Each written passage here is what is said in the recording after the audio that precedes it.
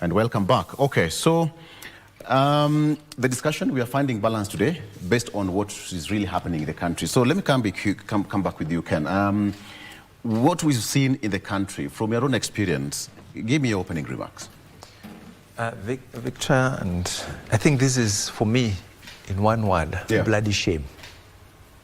A country, a day like yesterday, was a desecration of the ideals of what Sabasaba stood for. Sabasaba meant to reclaim our country and put it back on its path, a path of rebirth.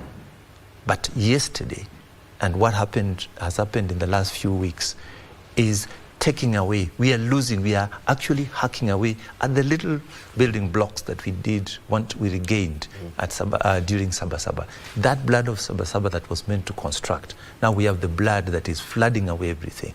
For me, it was a dark, bloody shame. And it shows, it manifested our stupidity as a country that prides itself with democracy but cannot talk, a country that is ready to kill. Like as Professor said, we are reaping the fruits of our ill-mannered and evil politicians.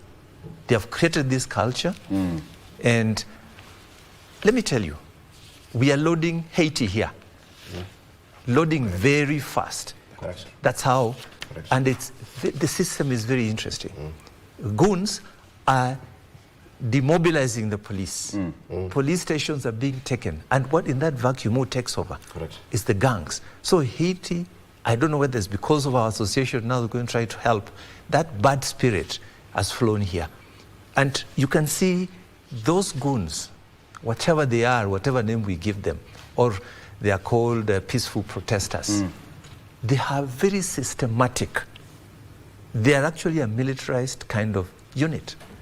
The way they attack, they are not going anything. They have what we call frontal, and they have behind the lines leaderships that tell them this is what we need to do. So let's not delude ourselves that these are protests that are meant to do to liberate a country, to express. There's no expression.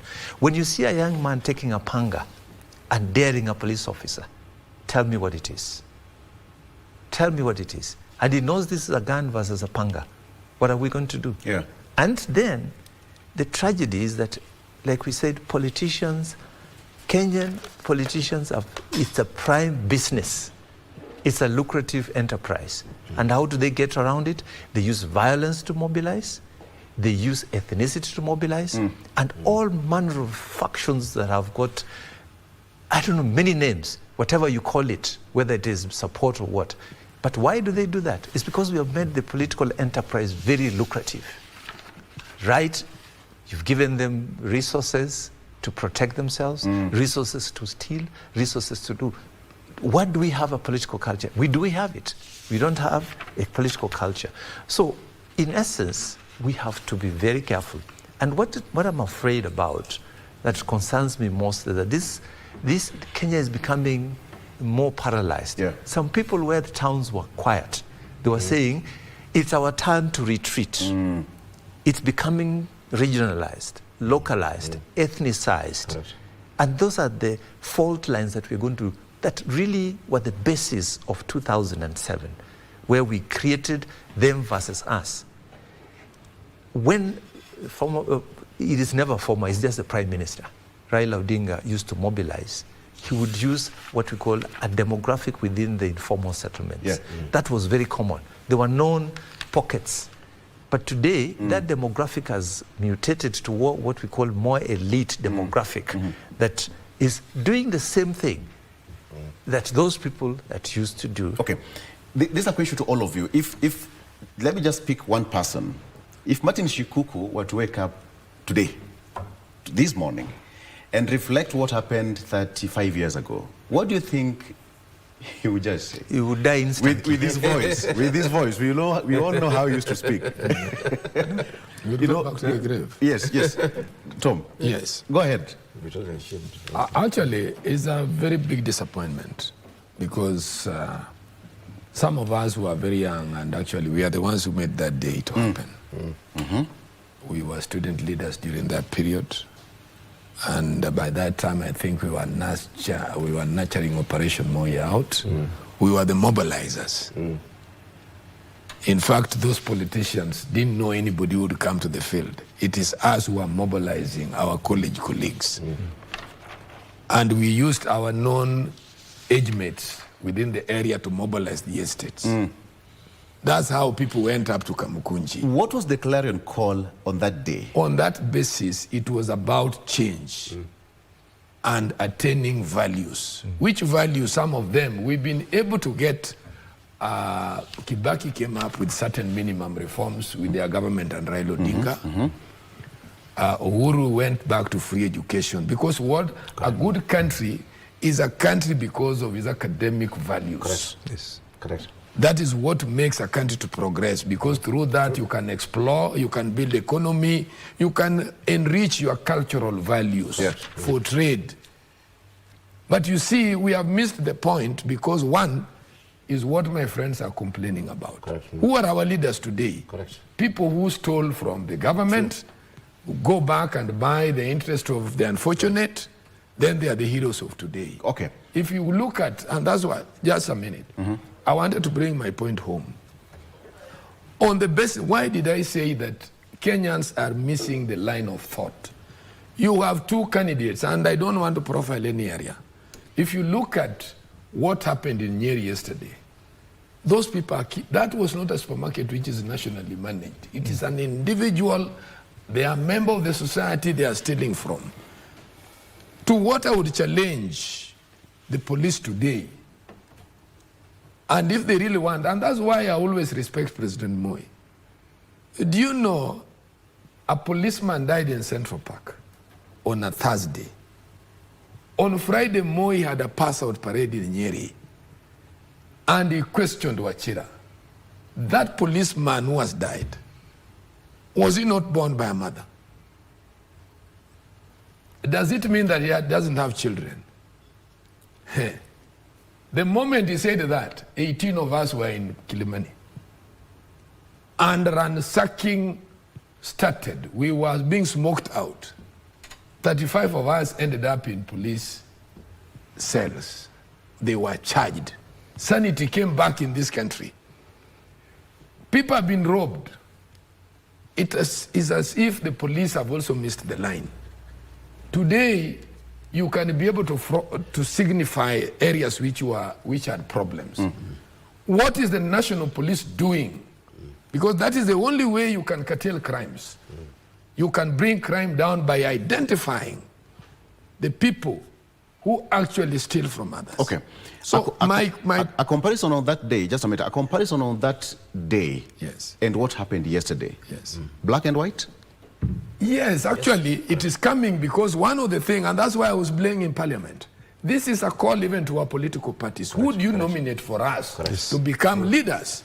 Because today, other areas are quiet. It's because of the leadership. Yes. It will not be made that when a leader is annoyed, the whole community has lost purpose.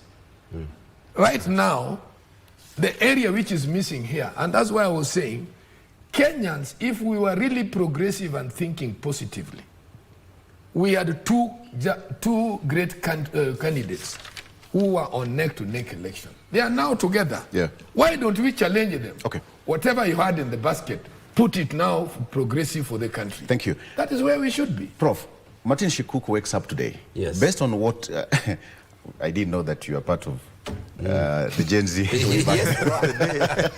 Every day. Okay, history, is quite interesting. But you look at what really happened yesterday. It was not, was it purpose-oriented? Did it have any agenda? Because based on what happened last time, in 35 years ago in 1990, there was a point they were trying to drive back home. Correct. From one-party state to multi-party politics and a new constitution. But what was there yesterday? Just a commemoration? I mean, what were we commemorating? What were we commemorating? And how did we commemorate it anyway?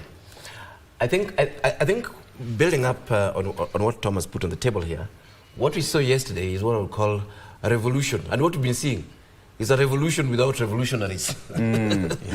It's a meaningless revolution, if you can call it that. If ever there was such a, is oxymoronic. And going to Shikuku, and the people we saw there, and the faces we keep splashing in the newspapers, these people actually were ideologues. They had a position and a philosophy of how they wanted the country ran. They were not fighting. They're not coming in to say, okay, fine. I mean, you know, today I'm hungry, or somebody got arrested and so on. Yes, those were there. However, they were looking at broader transformation of the country, of course, starting with the multi-party issues, and then the broader governance issues, and so on and so forth. And if you look at it, if you ask yourself about yesterday, and even some of the previous ones, and you look at the politicians and what they're saying around the country, you know, it is disturbing, because what politicians are saying, they're saying one term, they're saying 2 term, they're saying, you know, there's tribalism or whatever it is. So for me, those are issues that must still be dealt with. In fact, a lot of the issues that the Gen Zs were raising, they're not even governance issues. The issues that can be done without changing anything in this country. You know, bursaries can be reorganized within the current law. You know, if you need food subsidies, they can be done within the current, you know, through legislations. Not even legislation. You don't need to legislate. We have through the administration. We actually do have all legislation, including even all those things that people are talking about. You know, housing, school fees, university things, and so on. And that's what brings me to this particular issue, that we've reached a bad point. What do I mean? We've reached a bad point where the issue is about individual politicians and the desire for power, rather than a desire for a particular type of Kenya. National discourse. Yes. Yeah, exactly. Because if you're going to pitch national discourse, of course, there are these mundane things that are always there. But let me just say, if I was a leader in this country, what I would actually be agitating for myself, if I was a political leader, what I would be agitating for, I would be agitating for very, very tight separation of powers, so that Parliament can function and have its oversight role, so that budgets don't come from State House and then they're actually pushed down on us. Yeah. So that issues like that are making noises about your economic management, issues about odious debts, you know, can actually be dealt with. Issues of oversight can be done. These things that we're talking about, where every single MCA wants to be in the executive by having a fund, where every single MP wants to be an executive by having a fund, and so on. What's the mechanism for these things, including these riots and so on? What we'll be asking, the more fundamental question we'll be asking, what are the governance issues around this particular matter? Yeah. You know, how do we do policing? Is it adequate in terms of what we have? And where is the problem? You know, how do we do the demonstration and picketing and all these other things, which are already guaranteed in the Constitution? And where is the problem? You see, part of the issue that we have is that I think the entire country, and those governing and those who are not governing, have totally suspended their brains. What do I mean? You know, any decent human being, not even a fellow in politics, when you see something happening, what the correct way of doing things, and now I'm speaking as an academic, is to ask a question. It is not to go and destroy it or worship it.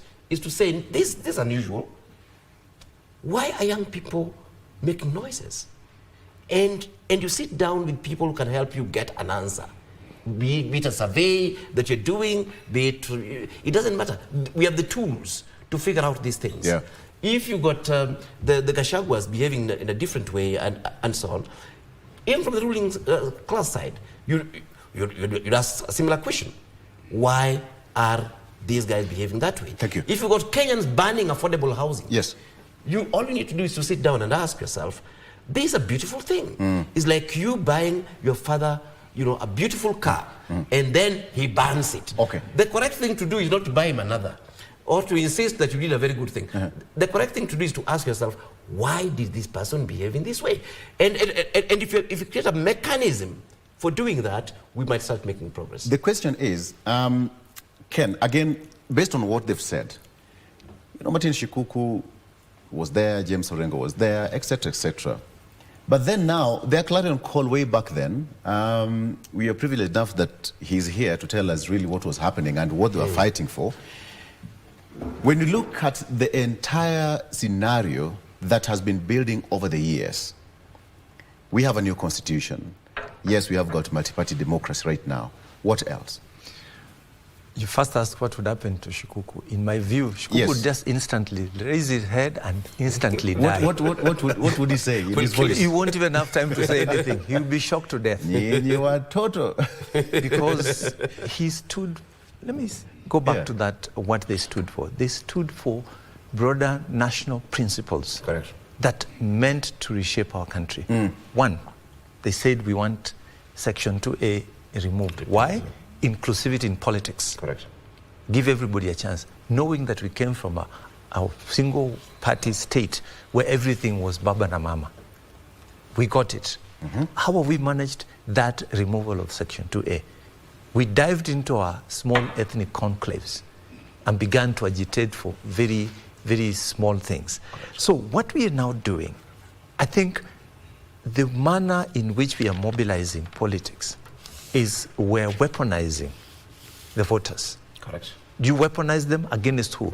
Then now it's becoming not just a problem of ideology, because this whole thing is about Akina Shikuku had what we called ideology.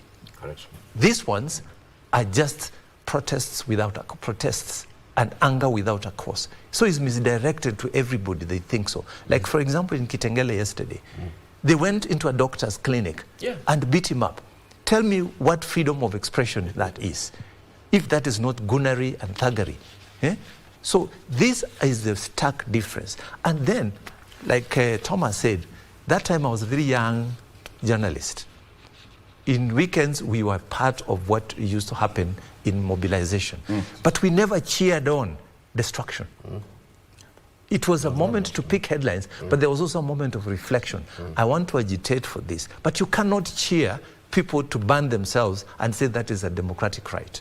Because if that ecosystem has to exist for you to exist as well. So that is the difference between then and now. There was more sobriety, people knew what issues they were looking for. But it is like a river that has broken its banks. It can flow to any farm and destroy everybody else. And that's where we are as a country. I will tell you this, that unless we restore law and order, nothing, all these discourses will be in vain, because we'll have everything will up in smoke.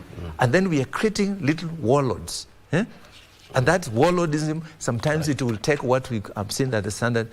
Can we reverse it and say that the government has to firm its foot and make sure that we call ourselves to order? In 2007, I remember when the country was also burning. Us as the media came together and had one common headline. And we said, stop this madness. And everybody listened. Is that true today? If the media did that, would we listen? Because the media has gone into different factions. And that is where the problem is. The people who have a moral position to stand up above everybody, the fourth estate is now oscillating between fourth, third, second, and zero estates. You're right. That is where we are it's a crisis internally. Within the political system, bad manners. The population indisciplined. So how do we strike the balance? The thing is, we have to call ourselves to order today and begin what Raila spoke about yesterday. Let me just quote what he said. He said that key among the envisaged outcomes of this dialogue, according to him, is to have a comprehensive and sustainable strategy to address youth unemployment and to expand opportunities for young people in both the formal and informal sectors. Number two, to have police reforms focused on enhancing accountability, transparency, and improving relations between law enforcement and the public. And also he said that this also should come up with the sustainable mechanisms for promoting transparency, accountability, and to impunity, particularly with regard to corruption. Exactly. Three. And those were the very broad principles of Saba Saba. Yesterday, I didn't see anybody remember. Do they even know that Raila is one of the living icons from Sabasaba. Nobody even knew. Nobody, you tell them name. Yeah. Even that photo that was on the front page of this Nation yesterday, Raila said it was not taken on Sabasaba. Right. It was taken on the 9th of July, not on 7th. Yes. That is how we miss the historical context of what we are. And unless, like I've called people, Kenya has Kenya ever been liberated? No. The substructures that the colonialists set are the ones that we are working on. What we are seeing are changing faces. Correct. And be dominated, ours versus them. And the bad manners, we have to deconstruct our thinking and before we can engage in that dialogue. Thank you. Where is the church in this place? Yes. The church today is a commercial enterprise. Right. They are not speaking to people. They are not teaching us. You know, we go to Sabbath school or Sunday school, there were certain things the way you were weaned. The generation that is here today shunned church. The generation that is there today was nurtured in an almost reduced authority environment. So they will not stand up to anything.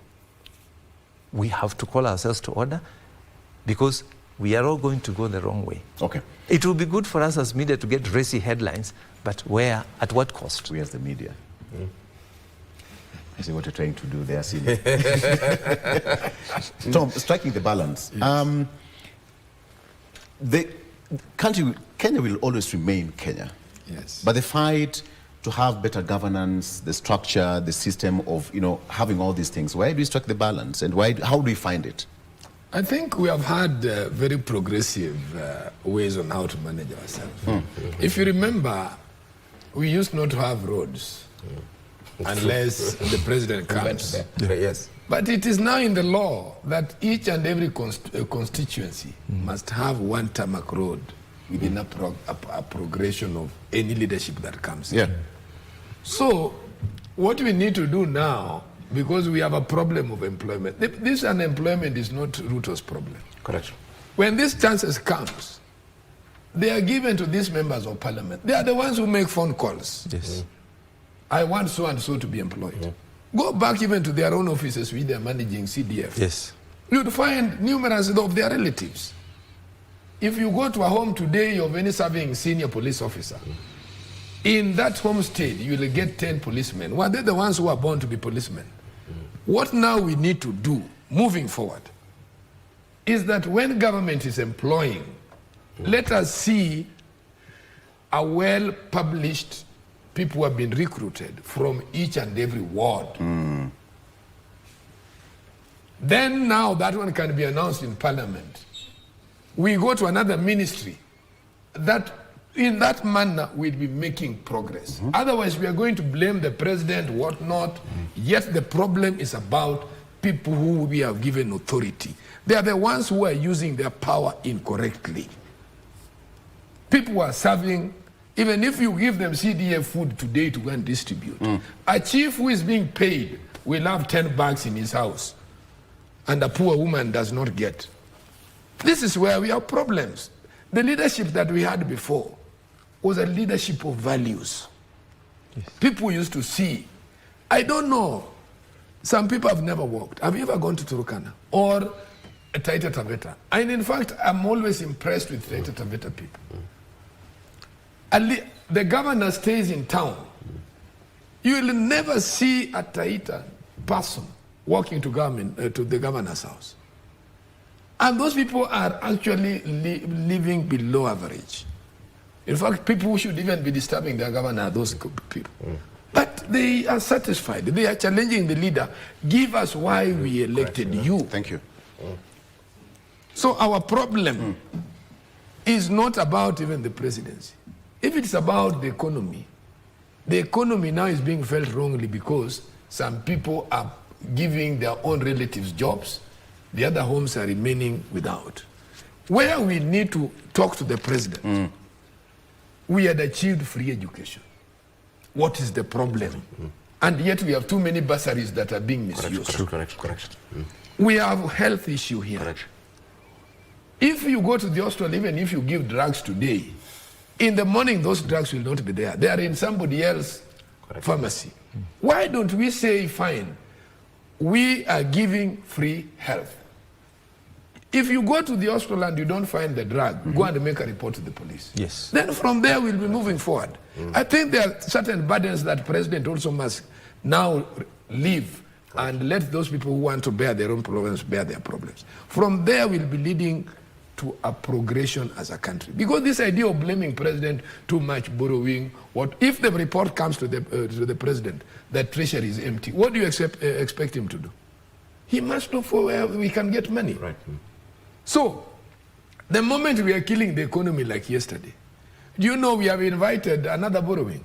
Yes. Yeah. Yes. You see, That dent is big. leaders themselves have always confessed in public, like the governor of Nairobi, I lost 3 billion. 3 billion is not pocket change. It's not. If that money is there in a daily basis, why are we living in this pathetic state?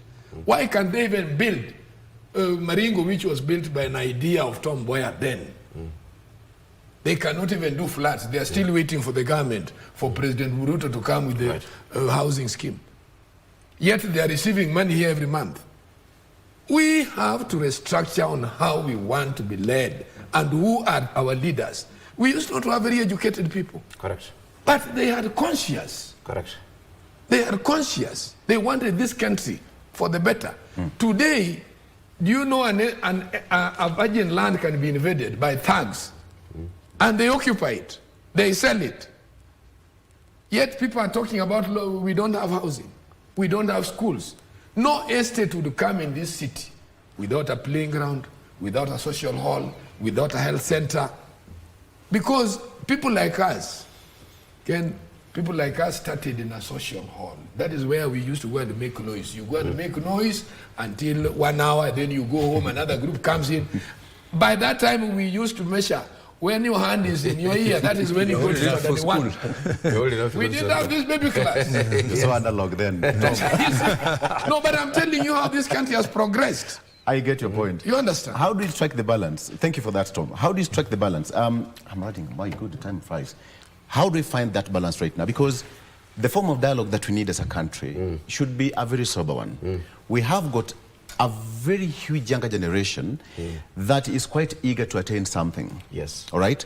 And the gap is there. So how do you achieve this? Perhaps in under 1 minute, if you can. I think the issue for us is, and we really need to do diagnosis. Yeah. Yeah, because like I said before, we seem to be, grappling with symptoms. We must take a step back and ask ourselves, what is actually wrong with Kenya? Ask the question. We need to ask that question. Yeah. And we need to ask it at all levels. Currently, in this country, we are actually having a leadership crisis. And that space will have to be opened. The people leading us are actually the cream of the crop. They're the worst of the lot. And everybody knows. But how are they able to lead us? It is because there's been, again, I would call it political capture, if there's any such terminology. Political parties are producing the same garbage. Today, if you wanted to become an MP of anywhere, all you need to do is to have wash money. Your chances of getting onto the ballot is almost 100%. We must ask ourselves, what can be done at those levels? We are seeing a governance challenge, actually even with the current president. It is sad when I see that the president is now carrying money and his deputy president to give to some people, because we thought we had passed that stage, that we had systems that would guarantee health, that would guarantee education, that would guarantee these things. All of us here know. Yeah. The amount of funerals, actually yesterday alone, I was put in 5 different funeral groups that I could not say no to. And people are desperate. So again, we have a governance question that we really need to deal with. Of course, we also have the youth issue, that has to be discussed. But I think, to me, more importantly, and I've discussed this with the president himself, and my colleagues here are saying that in very clear terms, we have made progress as a country. Yeah. How do we secure that progress first? True. How do we secure it so that we don't go back? We don't go back on health. We don't go back on education, which we had already attained levels that this country, that the continent didn't even have. We don't go back on planning, economic planning. Kenya's devolution model has been lauded as actually one of the best models of moving forward. But we're seeing these same brainless politicians are hell-bent on destroying institutions, on destroying systems of governance, on destroying policies that we replace, that we already had in place, that were guaranteeing this country moving forward. And then the issue now is about them running around the country like fools with bags of money, thinking that they will actually solve this country's fundamental economic development problems and even, basic infrastructure problems. We need to ask more fundamental questions. Yeah. And that's where I agree with Raila Odinga. I don't agree with him fully on the agenda, but it is time for dialogue. But on the other hand, I think it's okay to ask, how will this dialogue be shaped? And we have people who are missing on the table, like we're saying, because this problem cannot be sorted out by the political class themselves, because they're part of the sickness. We need to ask ourselves, how do we mobilize the church again? How do we mobilize the media, the fourth estate? How do we mobilize all these other entities that actually brought us to where we are? They were there in the constitutional debate, they were there in IPPG, they were there in Sabasaba 1992. These are the questions that we must ask. Somebody has to be large enough. Yeah. Unfortunately, currently, in the entire political class, that little leadership is only coming from Raila Odinga. It's not even coming from the president. I want us to do this. On this segment, there's a segment called How to Make Kenya Great. So in your own idea, how do we make Kenya great? So I'll start with you, Senior Ken. Look at camera 2. So how do we make Kenya great? You have 1 minute of fame. How do we make Kenya great in 1 minute? I'll be generous enough, in 1 minute and 30 seconds. How do we make Kenya great? Camera 2, starting now. One of the things is Kenya has the potential to be great. We have shown greatness, and we have a very strong position in the region that we can build on. We have the pipelines, we have the structures to build on. The fidelity, our fidelity to the 2010 Constitution gave us that structure to deal with all the problems that we have today. We have to cure our political ill manners, the doublespeak, the hypocrisy. Yesterday's villains turn to angels because they are speaking from another platform. So that's what we have to do, honesty, have a more self-reflecting, respecting citizenship, and then we must talk to each other. That is where it all begins and ends, because unless you tell me what ails you, I will never know what it is. The idea that we must hang, because all of us, even the president, from the lowest person to the ministers, to the what, everybody else is a Kenyan and has a stake in the country. And once we respect that right, that all of us have something at stake and a say in how our Kenya will be, then we begin to respect ourselves, and knowing that my rights end at the right where somebody else's begin. And we must, as a country, call ourselves to order in all socially, economically, and deal with our very many paradoxes as a country, both social, economic, and some of them don't have to be legislative, some of them can actually be administrative, but it can only be if we manage to have what we call a political hygiene. Perhaps, has this country ever dealt with these mental issues of to do with the traumas? We need to go back to those reports that have talked about our past sins, and then we seek absolution and begin on a clean slate. Thank you. That is Ken Bosire on his own perspective on how to make Kenya great. Prof, camera 1, how do we make Kenya great in 1 minute? Kindly, starting now. I would actually rephrase that question. I think Kenya is great. We have to start from there. Kenya is actually a great country. If you compare this Kenya with many African countries, yes, we're suffering, and there are a whole lot of contradictions, as Ken has highlighted, but Kenya has democratic space still. We do have. Kenya is the only country in this continent where a party can be formed today and takes over government. It's a country of possibilities. It's a country of great human resource. We've solved our problems by innovation. We don't copy. If you look at even our systems of governance, they're unique in the continent. If you look at our constitution, they're unique in the continent. If you look at ourselves in the studio here, random people selected to speak on issues, we are actually great. So Kenya is great. What we must fight are the people taking Kenyans backwards and figure out, and majority of them are actually this political class. There are so many people with no vision at all. We have to figure out how to ensure that these scums, these scoundrels, these characters who only come to loot and kill and rape like the devil, you know, we must put mechanisms to ensure that they don't get any close to power. So we have to clean the swamp, we have to drain the swamp, we have to work on political parties, we have to work on our governance, we have to work on ourselves as citizens, we have to work on the police. And this is actually doable, this is actually possible, and I think this should be the focus of the dialogue. It's about taking Kenya forward. Thank you. Thank you. Tom, your 1 minute begins now. How do we make Kenya great? I think God loves Kenya. The best way to go is what the Prime Minister had said yesterday. We must continue dialoguing, and we must actually sit down and look at where we are and where we have come from. The ideal purpose here is to stand on our values, look at areas where we have weaknesses, and actually the problem of the younger people has just actually, we have just fallen short of it because of the many things that changed with the current administration. I would want to invite them back, that we had achieved health program to a certain level, we had achieved education to a certain level. Correct. Let them not fall in a blame again on the good steps Kenya has ever made. The brave stand, free education, in fact, there is where you can respect on the former President Uhuru.